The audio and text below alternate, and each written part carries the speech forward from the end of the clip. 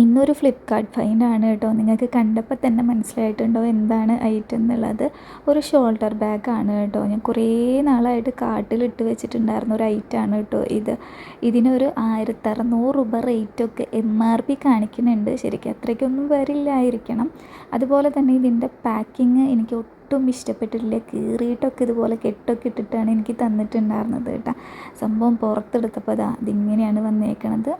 ഇതിൻ്റെ ഹാങ് ചെയ്യണ പോർഷനൊക്കെ നല്ല അടിപൊളിയാണ് കേട്ടോ. നല്ല രസമുണ്ടായിരുന്നു കാണാൻ വേണ്ടിയിട്ട്. അതുപോലെ തന്നെ ഇതൊന്ന് ജസ്റ്റ് ട്വിസ്റ്റ് ചെയ്യണ പോലെയാണ് കേട്ടോ ഓപ്പൺ ചെയ്യുക. ഉള്ളാണെങ്കിൽ പുറത്തത്തേനേലും അടിപൊളിയാണ് കേട്ടോ. ഭയങ്കര സോഫ്റ്റാണ്. അതുപോലെ തന്നെ ഒരേ ഒരു കമ്പാർട്ട്മെൻറ്റാണ്. അതിനുള്ളിൽ കുറച്ചധികം സാധനങ്ങളൊക്കെ കൊള്ളൂട്ടാ. പിന്നീട് എനിക്ക് മനസ്സിലായത് കണ്ടില്ലേ, ഈ ഫോട്ടോയിൽ കാണുന്ന ഐറ്റമാണ് ഞാൻ പർച്ചേസ് ചെയ്തിട്ടുണ്ടായിരുന്നത്. എനിക്ക് കിട്ടിയത് ഡാമേജ്ഡ് പീസായിരുന്നു ഗൈസ്. അത് ഞാൻ പിന്നീടാണ് മനസ്സിലാക്കിയത്. ഞാൻ വിചാരിച്ചു ഇതിൻ്റെ ഡിസൈനാണോ. പിന്നെ എനിക്ക് ഭയങ്കര ഡൗട്ടൊക്കെ ആയിട്ട് ഇതെന്ത് ഇങ്ങനെ വന്നേക്കണേ എന്നൊക്കെ ഉള്ളത്.